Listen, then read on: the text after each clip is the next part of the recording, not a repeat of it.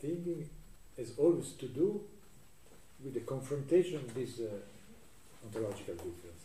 Then you can follow this line, Heidegger lines, theological line, etc. I mean, this is the main ontological problem is to face this, not just to receive it passively as it was like that.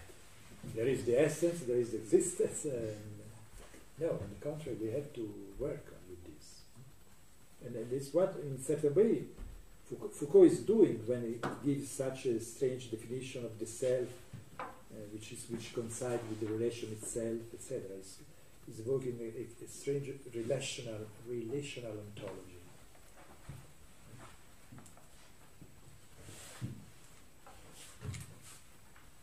He also states the self is itself on stake in the care of the self. So what is at stake in the care of the self is the self. We can also try to understand. So it is the problem of how to think the self, so the auto-constitution, the self-constitution. I said before, it's a reflexive. What does it mean to constitute oneself? Cannot mean to constitute an object, an external object. Neither that the self is external to the object. So, perhaps a good analogy was to try to think paradigms in order to understand this kind of problem. Perhaps a good paradigm, a good example, if we shift to political philosophy, is the opposition fundamental in public law and political philosophy between constituent power and constituted power. I don't know if you are familiar with these two concepts. No? There are two fundamental concepts in public law. The constituted power is the process that will finally create the law, and this often takes the form of a constitution, no? The Constitution of the United States. This means that there was a constituent subject, the founding fathers, who act as a constituent power with respect to what will become then the public law system of the United States, etc. So we have this couple, constituent power and constituted power. But then, this seems clear, but then what is the relation between these two powers? What happens? What happens is that often we have a text, we name the Constitution, which will act as a kind of regulative principle of the constituted powers, the laws, the administrations, etc., etc. The system in the United States is different, but in the European tradition of where the law is a form of a code, of system of laws, then you have the Constitution, and then the laws and the powers that act as a constituted power.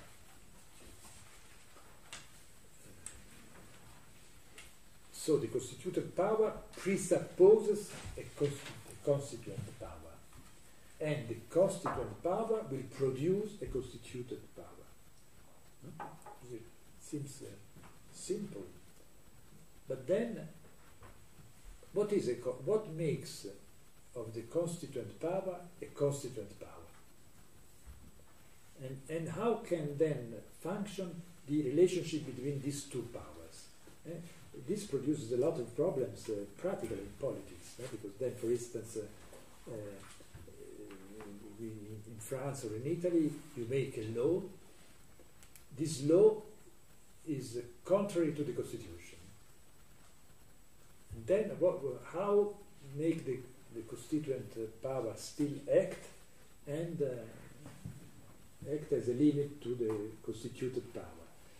But even what we call a constitution, the Constitution of France, United States, Italy, is a constituent power or a constituted power?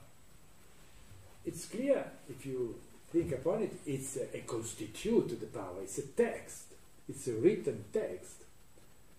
There is nothing that has no more to do with the constituent subject who was the people of the United States, or etc., the French Revolution, the process of the French Revolution, who created the new French Constitution, etc., etc. So where is the constituent power? So if we really think to it, we will see that the constituent power is no more there. It's always presupposed and never present. It was in the beginning, but it is no more there, although the Constitution should conserve it. That's why, for instance, revolutionary had this problem of thinking a permanent revolution. What does it mean? It is an effort, an attempt to keep alive the constituent power. No? Because even the revolutionary in France and Russia, in the USSR, had this problem. There was a revolutionary, so a constituent subject, but then it is no more there. We have just a constituted power. In our political life, we only face constituted power, police, in the last instance. Because what is the constituted power by excellence? The police. Of course, the parliament, the law, etc., but then at the end, the police. So the question, where is and what is a constituent power in our political tradition, is a metaphysical, a mystery, an arcane. What do you want to ask? I was wondering about this opposition of constituted against constituent power. Is this what creates a crisis of legitimacy? Is this what creates a crisis of legitimacy between constituted and constituent power? I'm thinking of Habermas. The constituent power should legitimate the constituted power. But then what we have is that constituent power is no more there, and you only get the police, which is legitimated. So the police can beat you because it is there was a constituent power who authorizes this. But the problem is where is now the constituent power? Is it what we presuppose in the parliament as the power of making the law? But we will have there the same problem. But this was this analogy, just to understand how difficult it is to think of a self-constitution. Because the self-constitution will have the same problem.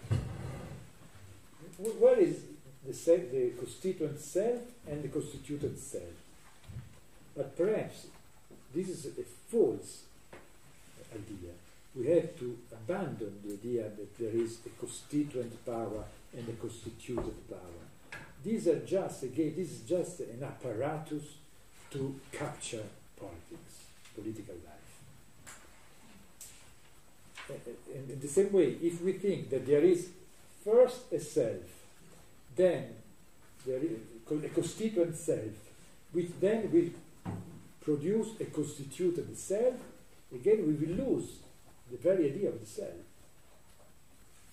Do you understand the analogy I'm trying to do between these two things? I have a question. Is the practice of self-criticism in Communist Party invented to provide a permanent revolution? Or how can it be seen in this? What do you mean by practice of self in communist? In